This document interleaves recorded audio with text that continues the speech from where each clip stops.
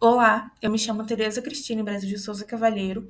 Eu sou aluna de mestrado pelo Programa de Pós-Graduação em Medicina Veterinária da Universidade Federal de Viçosa e eu sou orientada pelo professor Alex Povoli Correia. Hoje eu vou apresentar o trabalho intitulado Como Investigação da Circulação do Vírus Encefalítico Oeste em equídeos, aves domésticas e mosquitos em Viçosa, Minas Gerais. O termo arbovírus ele vem do inglês Arthropod Borne Virus, e ele significa então vírus que são transmitidos por artrópodes hematófagos, como por exemplo os mosquitos, que podem ser da família Culicidae, sendo como exemplo então os do gênero Culex e Aedes. Esse vírus ele é da família Togaviridae e do gênero Alphavírus, e sua espécie se chama Alphavírus wester. É um vírus que possui o genoma RNA de fintecípedes de sentido positivo, ou seja, ele funciona como seu próprio RNA mensageiro durante a replicação do vírus dentro da célula. Além disso, é um vírus envelopado, então ele é sensível a detergentes e a álcool no ambiente. Nessa imagem ao lado, eu trouxe uma ilustração de como seria esse vírus, com as suas proteínas estruturais E1 e E2, além da proteína de capsídeo, o envelope viral e o genoma RNA ao centro. Entre o final de 2023 e o início de 2024, teve um surto causado por esse vírus na Argentina e no Uruguai, com mais de 1.000 casos em humanos e animais e mais de 100 casos confirmados laboratorialmente. Durante esse surto, estudiosos, então pesquisadores fizeram estudos com as variantes que estavam circulando e eles perceberam que elas tinham uma semelhança filogenética de 94,9 a 97,7 como a variante que circulou em 1958 na Argentina. A partir dessas informações, eles propuseram então a linhagem C, que seria a linhagem circulante na América do Sul, visto que na América do Norte circulam as linhagens A e B desse vírus. Também em 2024 foram confirmados 4 casos de óbito por esse vírus em equídeos aqui no Brasil, sendo 3 no Rio Grande do Sul e 1 no Espírito Santo. No Rio Grande do Sul, esses óbitos foram primeiro em Barra do Quaraí e depois em Uruguaiana e Jaguarão. E no Espírito Santo foi no município de Castelo. Esse vírus ele possui um ciclo exoótico, ou seja, ele vai circular entre os mosquitos, que vão ser os vetores, e as aves silvestres, que vão ser os hospedeiros amplificadores. Porém, esse ciclo ele pode extrapolar, atingindo humanos e animais domésticos, como os equídeos e as aves domésticas. Porém, os humanos e esses animais domésticos, eles são hospedeiros terminais, porque eles não fazem uma viremia suficiente para o mosquito, que até então não estava infectado, se infectar ao fazer hematofagia nesses animais que estão com uma viremia insuficiente ali nesse caso. As aves domésticas elas são importantes no estudo do ciclo desse vírus, porque os mosquitos esses mosquitos eles possuem um caráter ornitofílico, ou seja, eles vão fazer sua hematofagia também em aves. Essas aves então, elas vão funcionar como indicador de circulação viral nessa região. Por isso que é importante fazer o teste com o soro desses animais para evidenciar a presença ou não de anticorpos neutralizantes contra o vírus. Dito isso, o objetivo desse trabalho foi evidenciar a circulação do vírus encefalítico oeste em equídeos, aves domésticas e mosquitos em Viçosa, em Minas Gerais. Para isso, foi feita a coleta de soro de equídeos e aves domésticas em propriedades rurais ao redor do município de Viçosa, e aqui eu trouxe algumas imagens ilustrando então a coleta desse sangue, posteriormente desse soro, em equídeos e em aves domésticas. Após essa coleta, esse soro então ele é transportado até o Laboratório de Virologia Veterinária de Viçosa, o LAVEV, e lá foi feita então a centrifugação a 3.000 rotações por minuto durante 10 minutos.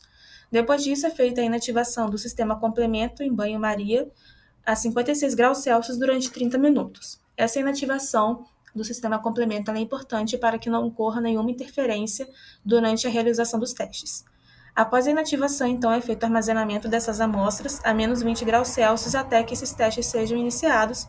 E, no caso, o teste feito foi o teste de neutralização por redução de placa, que é o PRNT.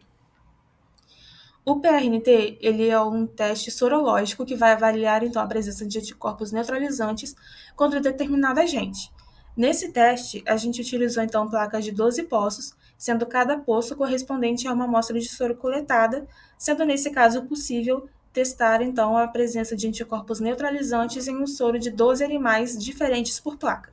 Além disso, alguns desses poços são utilizados para controle celular, onde vai conter ali apenas uma monocamada de células, e também para controle viral, onde além dessa monocamada de células, também vai ser adicionada uma solução contendo o vírus de interesse, que nesse caso é o vírus encefalite equina do oeste. Os poços que com as amostras eles vão conter, então, essa monocamada celular, uma quantidade conhecida de soro e uma quantidade conhecida também de solução com esse vírus para desafiar os possíveis anticorpos presentes nas amostras de soro. O resultado desse teste ele vai ser dado pela formação de placas de Elise, que no caso é o efeito citoplástico causado por esse vírus.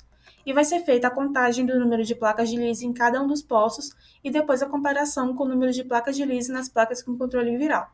Quanto menor o número de placas de Elise nos poços com as amostras de soro, maior a probabilidade de haver a presença de anticorpos neutralizantes para esse vírus, pois os anticorpos eles vão impedir os vírus de infectar então as células da monocamada. Aqui eu trouxe mais algumas imagens. Esses furinhos brancos aqui, dessa monocamada, seria então o que a gente chama de placa de Elise, uma unidade formadora de placa. Já para os mosquitos, foram feitas coletas utilizando a armadilha CDC do tipo luminosa, nesse caso aqui foi sem CO2, além da aspiração ativa desses mosquitos durante a hematofagia em equídeos, que foi feita no setor de equidicultura da UFV. E também utilizamos a armadilha CDC com CO2, que seria então esse gelo seco dentro desse isopor que vai liberar o CO2, atraindo uma maior quantidade de mosquitos. Depois da captura desses mosquitos, é feito o transporte até o LAVEV e feita a imobilização criogênica. E depois disso é feita uma identificação preliminar e o armazenamento a menos 80 graus Celsius para poder preservar a estrutura viral, no caso dela estar presente nesses mosquitos. Depois disso, essas amostras vão ser enviadas ao Serviço de Referência de Taxonomia de Culicídios da Fiocruz do Rio de Janeiro e, posteriormente, será feito, então, um RT-qPCR e um sequenciamento nucleotídico para poder evidenciar, então, a presença do genoma viral nessas amostras de mosquitos, além, é óbvio, do isolamento viral. Então, foram um total de 12 dias de coleta de mosquitos, sendo que um dia foi feita a coleta por aspiração, contando com 13 espécimes, 7 dias com CDC sem CO2, contando com 116 espécimes, e 4 dias com CDC com CO2, com um total de 510 espécimes, né, utilizando esse tipo de armadilha. Foi um total, então, de 639 espécimes coletados, não necessariamente apenas Culex ou Aedes, mas também outras espécies de mosquitos. Aqui esse gráfico ilustra a diferença na utilização dessas 3 armadilhas no número de mosquitos coletados, evidenciando então que a CDC com o CO2 foi a armadilha que obteve o maior número de mosquitos coletados. Já no PRNT, foram testadas um total de 134 amostras de equídeos e aves domésticas, sendo que 108 amostras demonstraram, então, anticorpos insuficientes contra esse vírus, e 26 amostras demonstraram uma quantidade suficiente de anticorpos neutralizantes, porém é necessário mais um teste confirmatório para se confirmar a presença desses anticorpos nessas amostras de sangue, de soro. Estudos atuais sobre o ciclo de transmissão em zoótica desse vírus no país são escassos e fundamentais para o maior entendimento do seu ciclo de transmissão, visto que o que se tem conhecimento atualmente é o ciclo de transmissão que ocorre na América do Norte. Além disso, os resultados preliminares aqui descritos indicam uma potencial circulação do vírus em equídeos não vacinados de Viçosa.